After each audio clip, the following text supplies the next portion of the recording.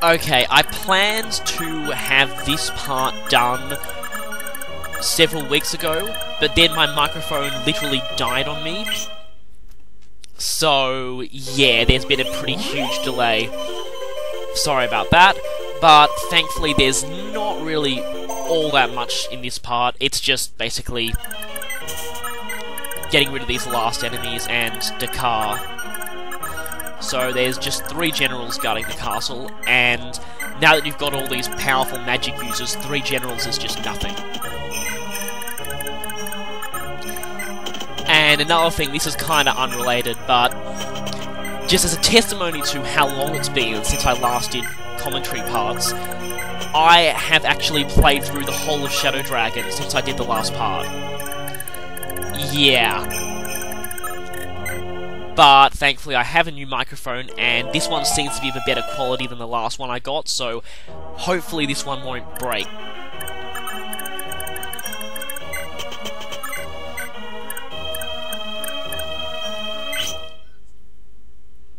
Well, these guys aren't really capable of hitting Levin either. Well, they technically are, but if he had Fury nearby, or even Sigurd, they wouldn't be. And even against enemies who are even slightly capable of hitting him, it's not like they're going to get the chance with his 70% continue rate and a very high critical chance as well. So in short, he's practically invincible. Of course, I don't want to let him hog all the kills, because that would steal experience from my other people. And Levin's almost maxed out his level, so I should let him max it out in the next chapter in the arena. Although I am going to have him kill the boss, because, well, technically that's what should happen story-wise. Come on, critical bonus. Critical bonus. Ah. Yeah, not good to rely on it, but it's very good if it does happen.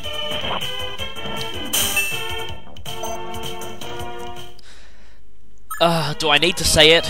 Damn you, Great Shield. At least it's an easy kill for Azel.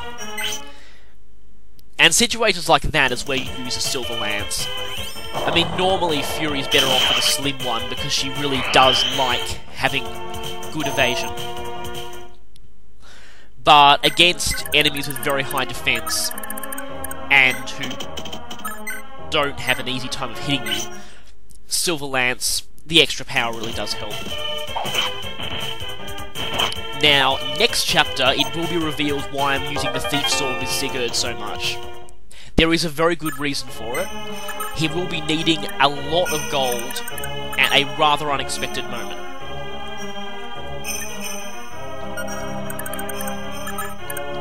Daccar is basically, apart from the fact that he has Blizzard, he's pretty much just your standard...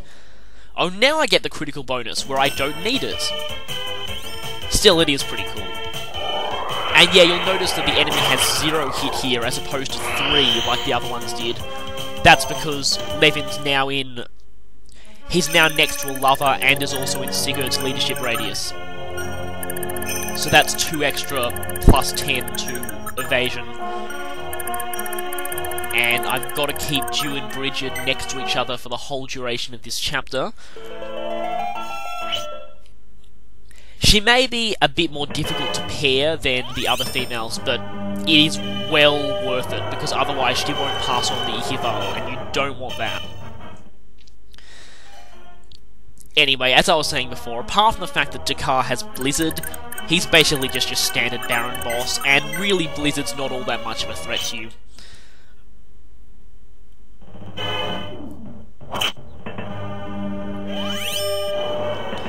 I would have thought Fury had a conversation with him.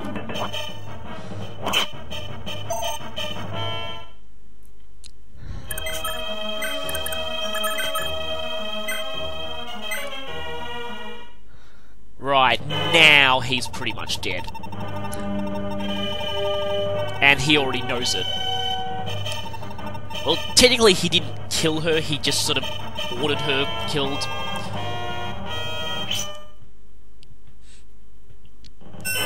And again, another stupid boss who thinks he can take on Levin. although annoyingly, Great Shield does work on Holseti and other legendary weapons. But it didn't work then. And I think Daccar fails to take into account one very important detail when he made his plans: Levin.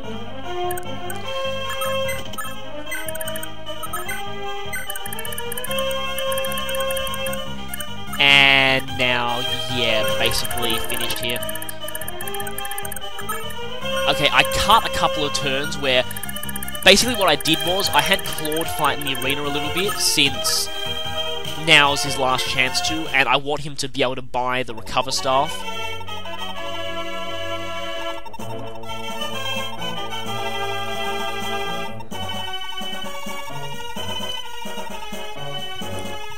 I think I've said in a previous part, it is possible to capture this castle before you capture Silesia.